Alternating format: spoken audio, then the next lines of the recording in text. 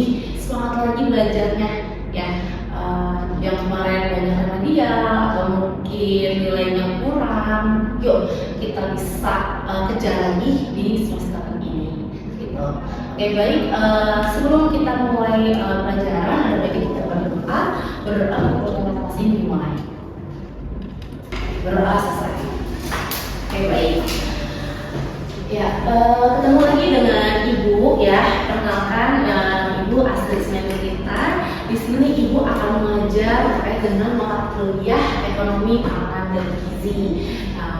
Di sini ada titik-titiknya. Nanti Ibu bersama dengan Pak Guntur ya, Ibu di sesi UTS.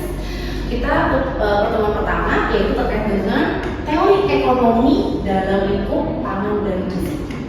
Nah, sebelum kita masuk materi, Ibu ada pertanyaan. Di sini ada daging ya, daging ayam dan daging sapi. Nah, kira-kira gimana sih cara menentukan bahwa makanan yang pertama dari kedua itu lebih murah yang mana? Menurut Nadira, gimana cara kita nentuin mana sih harga yang paling murah, ayam atau daging sapi? Yang paling mahal dari daging ayam dan yang paling mahal dari sapi karena berbeda dari kualitas kualitas gizinya. Dari kualitas gizinya. Oke baik. Mungkin sekarang kita ke Risma. Risma, apakah setuju kalau misalnya daging sapi ini lebih mahal dibandingkan daging ayam karena katanya kandungan gizinya? Apakah setuju? Setuju. Oke. Di sini ada yang berbeda pendapat. Di saya yang paling mahal malah ayam dibandingkan sapi. Ada? Tidak ada. Oke. Ya, betul ya Kira. Jadi memang menentukan bahwa yang lebih murah daripada yang lain biasanya dia lebih kaya di zat gizinya. Jadi makanya daging sapi ini kalau kita lihat dari daging kandungan gizinya memang paling tinggi proteinnya dibandingkan ayam. Oke, nah ini yang kedua. Apa yang terjadi jika harga beras naik terus-menerus dalam satu bulan? Kira-kira bagaimana, Febri? Akan terjadi kelaparan, krisis ekonomi, krisis pangan juga. Wah, ini sudah sudah makro ya Febri ini. Dari kelaparan, kemudian krisis dan sebagainya. Kalau dari ini bagaimana nih? Daya beli masyarakat terhadap beras kurang juga ibu karena terlebih masyarakat Indonesia jadi inflasi terus-menerus serta akan kesulitan juga bila harga pangan mungkin bisa dicari dengan pengganti pangan Dengan mencari pengganti pangan lain. Jadi ada pindah hati ya dari yang tadinya kita makan nasi gitu ya biasanya beras, kemudian karena beras tiap bulannya naik terus tinggalin deh beras ke yang lain aja gitu. Oke.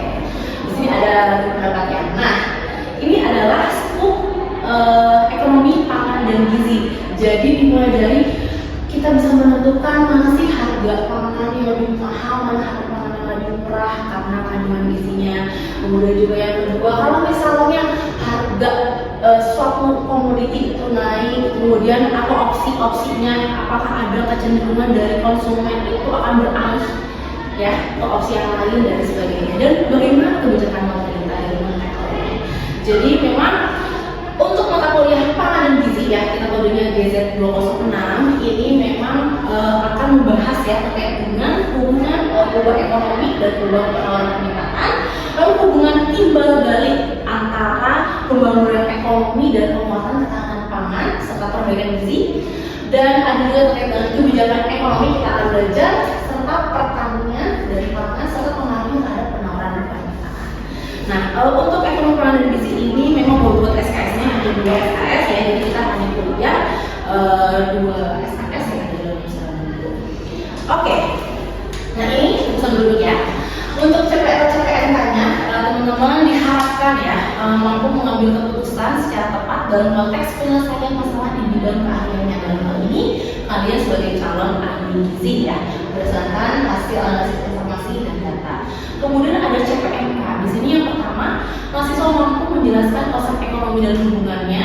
Lalu yang kedua, mahasiswa mampu menghitung harga pangan dan zat gizi. Dan yang terakhir, mahasiswa mampu merancang evaluasi kelayakan program pangan dan zat gizi. Jadi harapannya keluar dari kelas ya teman-teman di sini bisa tergambarkan, oh ternyata ekonomi pangan dan gizi ini belajar seperti ini dan bisa untuk apa. Ini adalah capaian lulusan seorang sarjana gizi. Ya. Kita lanjut ya. Ada yang bertanya sampai sini? Nah ini jadwal kuliah untuk tes UTS bersama ibu ya. Nanti kita ada 7 tatap muka ya. Di tatap muka 1 bulan kegiatan semester 3-8. Nah untuk membuat penilaiannya, nah di sini ada UTS sebesar 35% teman-teman, UASnya 40% dan tugasnya 25%. Jadi kalau misalnya kalian di UTS kok saya merasa kecil nilainya, oke, yuk bisa perbaiki di UAS. Karena UAS model besar dan tugas di sini 25% keseluruhannya dari UTS dan UAS. Dengan nilai mutu untuk di situs bonus sadar ya, kalau kalian mendapatkan nilai A itu jika nilainya lebih dari 85. Ini ibu reminder lagi ya, karena kan teman-teman di sini sudah terpapar ya di tingkat 1 dan tingkat 2, huruf mutu A, AB dan ada selanjutnya. Jangan sampai mata kuliah ibu masuk ke kategori BC ya, jangan ya. Oke, nah ini ya. Jadi apa sih jadi pentingnya gizi yang baik untuk ekonomi kita, terutama di Indonesia? Jadi yang pertama memang kalau misalnya kita mempunyai status gizi yang normal, status gizi yang normal berarti bisa dilihat dari kalau dewasa apa? Berdasarkan apa indikatornya? Indeks masa tubuh IMT. Kalau misalnya remaja, IMT per U. Kalau misalnya bayi, balita, Z-score bisa BBU, BBTB, bisa TB per U ya. Jadi memang status gizi itu kita bisa lihat dari pengukuran secara langsung, yaitu dengan antropometri, atau bisa juga dari kondisi kesehatan. Nah, untuk status gizi normal ini mencerminkan pondasi yang kuat. Maksudnya apa pondasi yang kuat? Jadi nih, ibaratkan ya, kalau misalnya kita nggak obesitas, nggak juga gizi buruk ya, kita status gizi baik. Nah, kalau status gizi baik, otomatis tidak sakit yang pertama ya kan, yang pertama tidak sakit, kemudian yang kedua, kalau tidak sakit mungkin produktivitas akan meningkat. Dari produktivitas meningkat, nanti kalian akan semakin sukses gitu ke depannya untuk mencari pekerjaan, kemudian juga untuk menghasilkan ide-ide yang brilian gitu ya. Nah dari situ kita akan menghasilkan mencetak generasi yang emas ya, SDM yang unggul, sumber daya manusia yang tidak hanya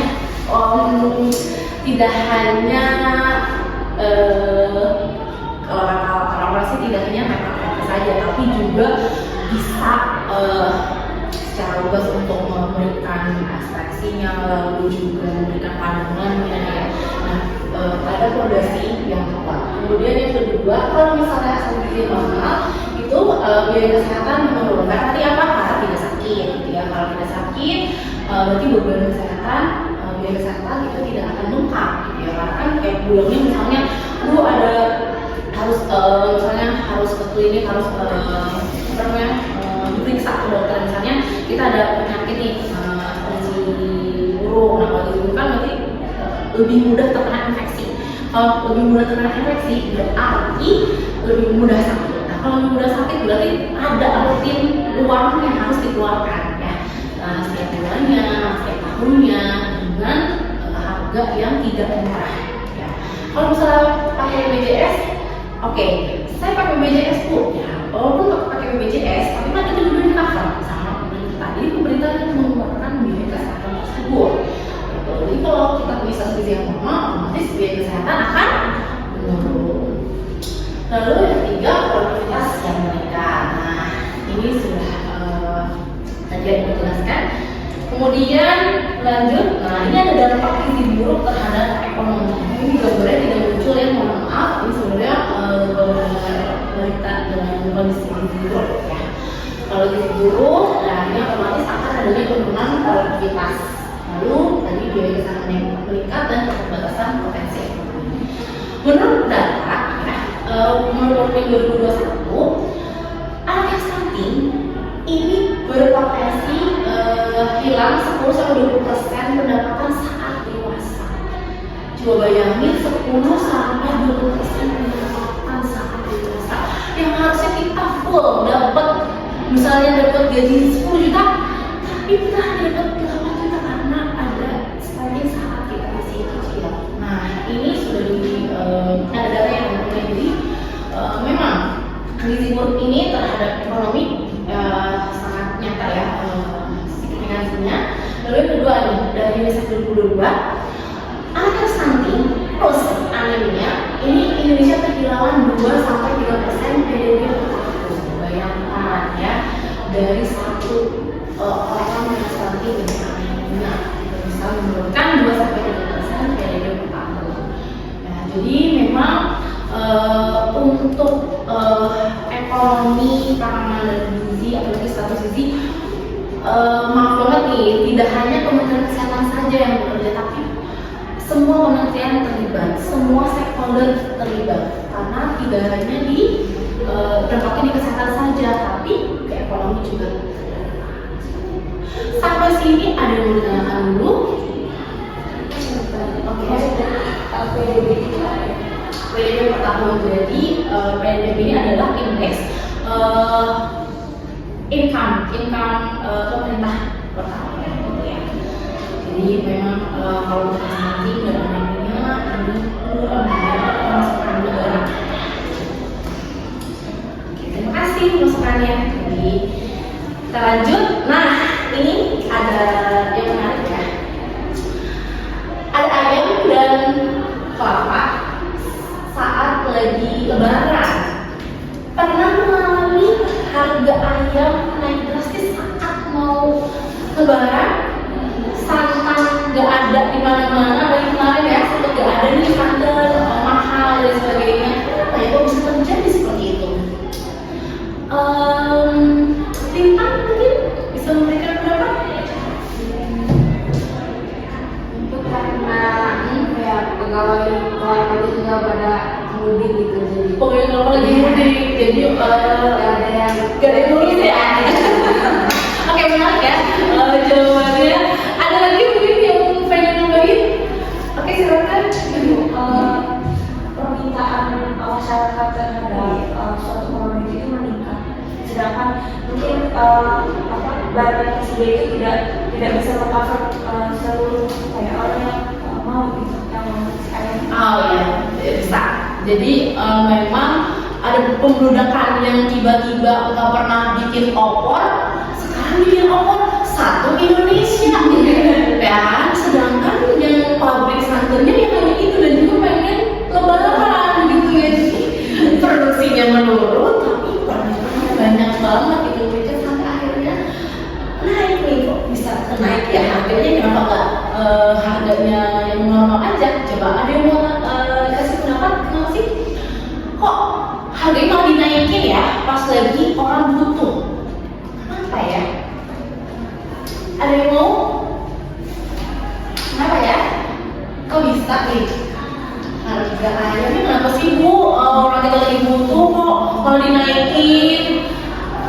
Kenapa nih kira-kira? Apa harganya? Karena dari saat lebaran itu kan makanannya itu kayak opor sama makanan kayak gitu, jadi pedagangnya itu mencari kesempatan agar ekonomi keluarga mereka itu dikarenakan melihatnya warga yang akan dari sisi penjualnya ya, dari sisi penjualnya pengen mendapatkan keuntungan sebesar-besarnya. Tapi kalau dari sisi konsumen ya itu kok malah dimahalin gitu. Nah ini ada dua perspektif yang berbeda, dimana di ekonomi ada namanya hukum permintaan dan penawaran gitu. Ya, jadi ini ada dua permintaan. Yang pertama quotes-nya, jumlah permintaan terhadap suatu komoditas akan meningkat jika harga komoditas tersebut menurun dan sebaliknya. Untuk yang di penawaran, jumlah produk yang diproduksi yang ditawarkan semakin meningkat dengan meningkatnya harga. Jadi kayak tadi ya, ini dari sisi penjual pengen biar lebih banyak untungnya gitu ya. Dan kalau misalnya dari sisi kita konsumen pengennya sih sebenarnya yang lower cost ya. Gitu. Cuma ternyata memang di teknik ekonomi itu kita ada namanya hukum permintaan dan hukum penawaran. Gitu.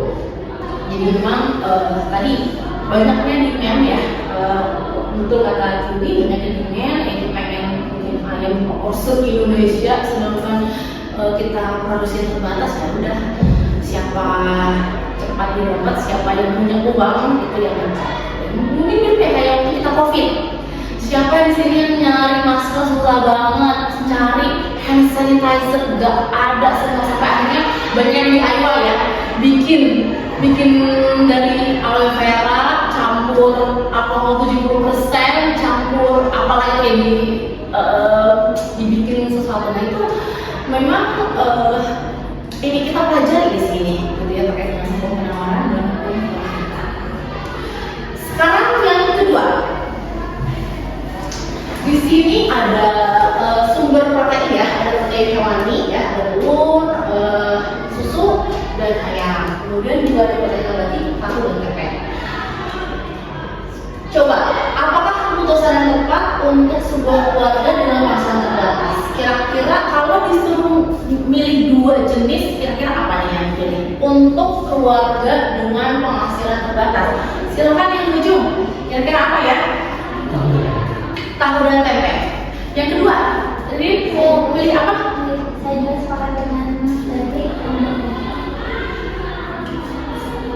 Tahu tempe. Tahu tempe. Tahu dan tempe. Pilih. Salah satu dari protein nabati dan telur. Oke, nah di sini semuanya mau tahu tempe itu dari protein nabati, tapi pilih satu hewani, satu nabati ya. Oke, jadi kalau misalnya keputusan ya di keluarga itu ada faktor-faktor yang mempengaruhinya. Apa sih yang mempengaruhi? Ini ya. Jadi faktor perilaku konsumen yang pertama dari preferensi. Mungkin teman-teman yang tadi jawab tahu tempe karena suka tahu tempe dibandingkan hewani misalnya. Kemudian dari yang kedua harga, karena kan tadi harganya kalau misalnya dari ayam, kemudian susu, telur mungkin lebih mahal dibandingkan tahu tempe misalnya ya. Kemudian dari pendapatan tadi kan karena pendapatannya rendah ya, ekonomi terbatas, jadi ada bagaimana membentuk suatu konsumen. Gitu ya. Biasanya orangnya dengan pendapatannya kurang gitu ya, dengan pengetahuan gizi yang kurang itu yang penting kenyang biasanya ya, yang penting kenyang tapi ada uang rokok biasanya gitu ya.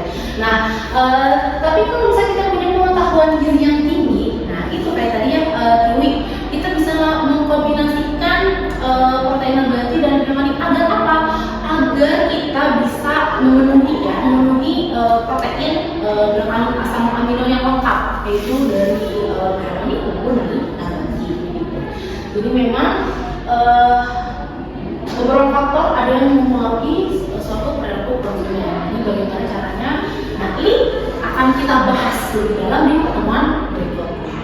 Jadi teman-teman di pertemuan intermezzo teori ekonomi dan penerapannya dalam makanan gizi. Nah itu tadi kita yang pertama sudah dibahas terkait dengan permintaan penawaran secara tidak langsung ya, tadi sudah jelaskan. Kemudian ada terkait dengan elastisitas ya, mengukur seberapa sensitif permintaan terhadap perubahan harga. Lalu ada perilaku konsumen, biasanya bagaimana rumah tangga memutuskan seperti tadi ya, mau tahu tempe atau tahu sama telur ya, mau tempe atau sama susu ya, atau sebagainya.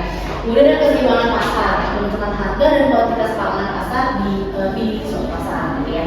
Jadi tadi kalian sudah memperdalam ya terkait dengan dua teori ya, permintaan penawaran dan yang kedua perilaku konsumen. Oke, di sini ada studi kasus ya. Coba teman-teman dibaca ya. Sebuah desa memiliki angka stunting 40%, hanya 1 dari 5 lulusan SD melanjutkan ke SMP.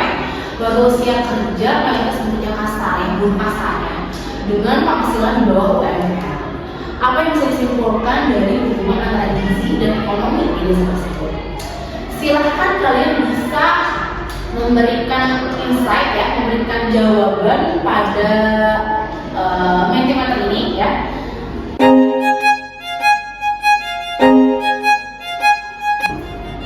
Ya, jadi kesimpulannya adalah gizi buruk ini bukan masalah kesehatan saja, tapi juga masuk masalah ekonomi ya. Investasi pada gizi itu kita akan menginvestasi pada SDM atau sumber daya manusia yang produktif dan pertumbuhan ekonomi jangka panjang. Tidak banyak ngutangnya gitu ya. Pencegahan gizi buruk harus dimulai sejak dini, yaitu 1000 HPK atau 1000 hari pertama kehidupan saat hamil, balita maupun remaja putri yang akan menjadi calon pengantin. Gitu ya. Jadi ini adalah akhir dari pelajaran kita hari ini. Terima kasih banyak atas kehadirannya dan partisipasinya. Ibu cukupkan. Assalamualaikum warahmatullahi wabarakatuh. Terima kasih.